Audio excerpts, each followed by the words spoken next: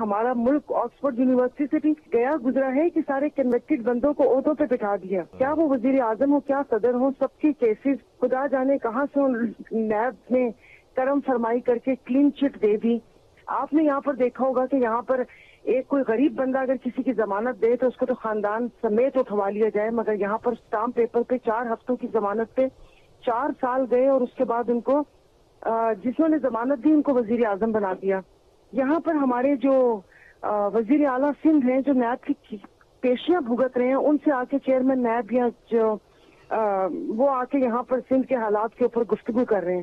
تو یہاں پر کون سا آئین اور قانون کی بالادستی ہے تو جو یہاں پر سب کچھ آئین کے مطابق ہو رہا ہے. آپ اور میں تو روز وہ کہتے ہیں نا کہ کتنی دیکھی مکھیاں نگلتے ہیں کہ وہ ان کے کیسز ہوں.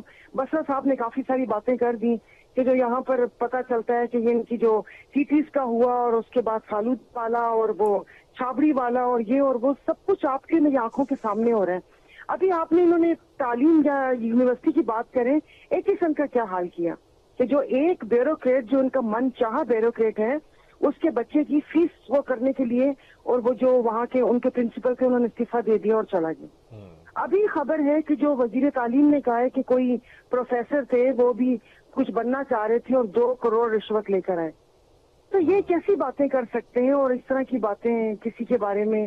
میں نے آپ کو یہ کہا کہ اس سے پہلے ہزاروں بار یہ الیکشن ہوئے ہوں گے. آپ کو اور مجھے تو نہیں پتا کہ وہاں پر چانسلر کون ہے اور وائس چانسلر کون ہے.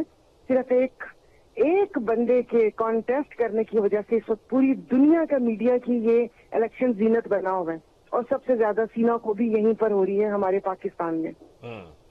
اور جو کالم فرمائشی لکھوایا گیا وہ کوئی اس اخبار کا یا وہ جو ان کا تو وہ نہیں تھا. وہ تو ظاہر ہے کالم میں آپ کوئی کچھ بھی لکھ سکتا ہے.